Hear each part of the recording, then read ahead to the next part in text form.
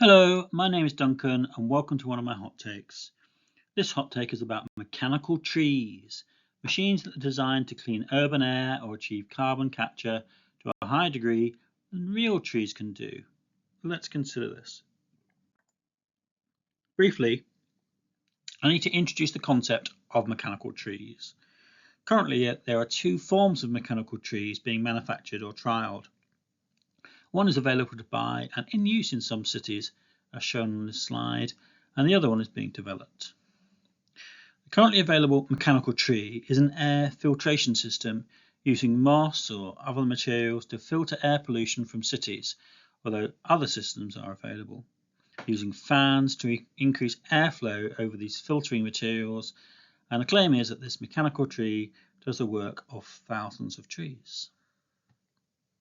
The other mechanical tree is currently speculative, but a system is being developed that may efficiently extract CO2 from the atmosphere to try to tackle climate change.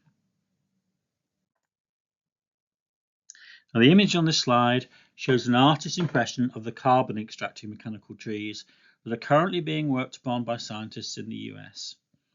They work by having discs with surfaces that can absorb carbon dioxide, and then CO2 can be taken from them to be stored or reused as fuel.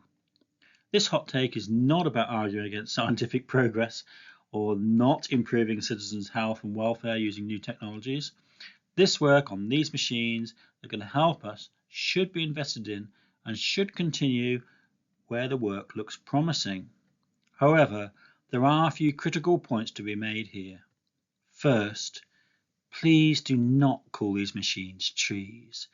They are not trees, they do not look like trees, they do not act like trees, and they're designed to be one-trick ponies, as we would say, only providing one environmental benefit.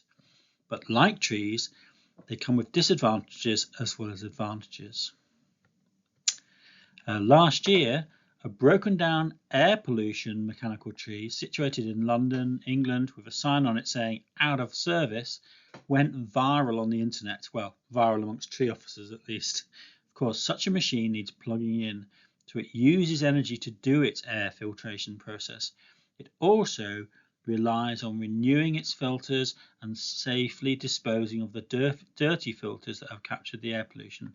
In the case of the ones available in England, this is moss that is being contaminated with air pollutants and having to be disposed of. And of course, these machines need maintenance.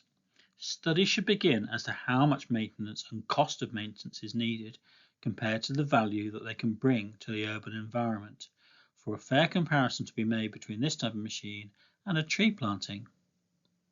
For the other mechanical tree option of CO2 extraction, there is a big issue with trying to extract CO2 from the air. It is difficult because CO2 is at quite low levels, about 421 parts per million at present, or if you like, 0.000421% of the gases in our lower atmosphere. And it is difficult because you must put more energy in to get carbon out of the atmosphere than you'll get back.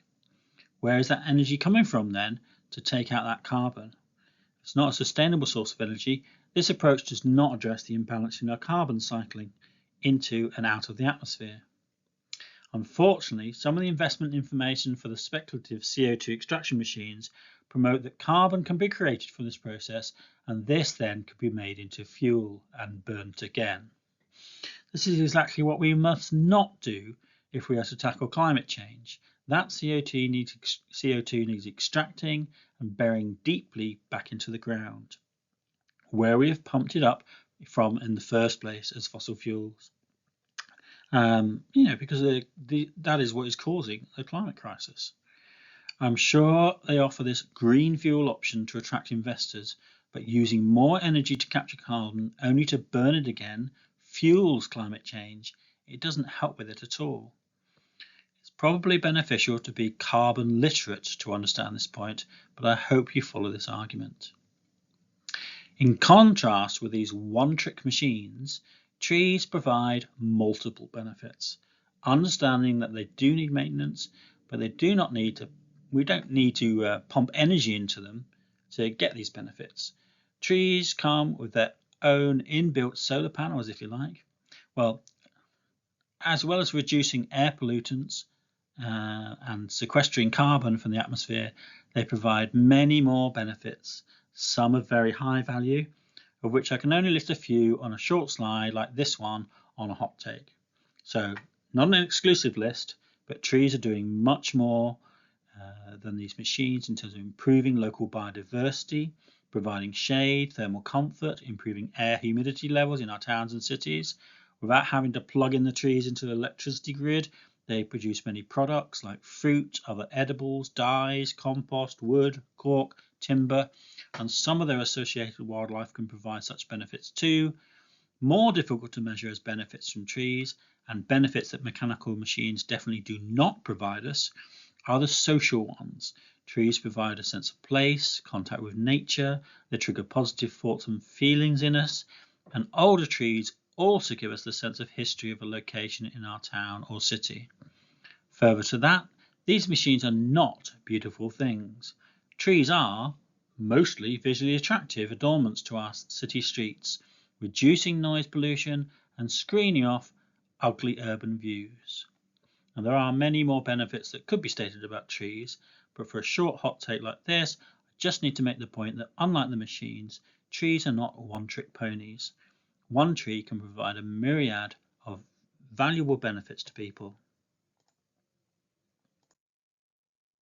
Okay, so what have we learnt?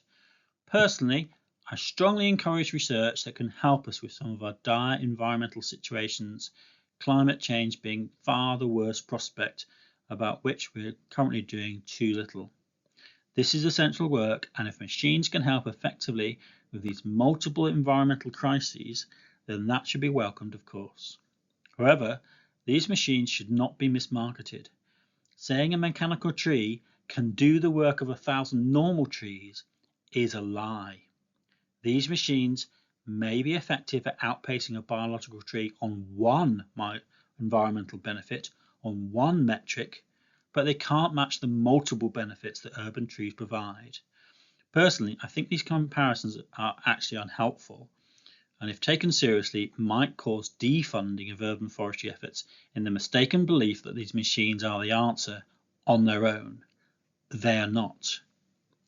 The truth is that the best biotech we currently have available to us to improve our urban environments is the installation of large growing and healthy trees, alongside other vegetation, as they provide multiple benefits and at low cost if the planting scheme is planned well. I would note though, to finish, that urban trees cannot tackle the scale of man-made emissions that are currently driving climate change that's occurring on our planet right now. It's not an easy way to do it, but the easier way to tackle it is to lower our current emissions to get to next to nothing, to use only renewable energy sources, to stop emitting carbon into the atmosphere to stabilize our climate. It's been calculated by scientists that even the most ambitious worldwide tree planting schemes could only account for about 10% of our current greenhouse gas emissions, well, in terms of carbon anyway. So those emissions must decrease quickly and as soon as possible. Thanks for listening to my hot take. Talk again soon.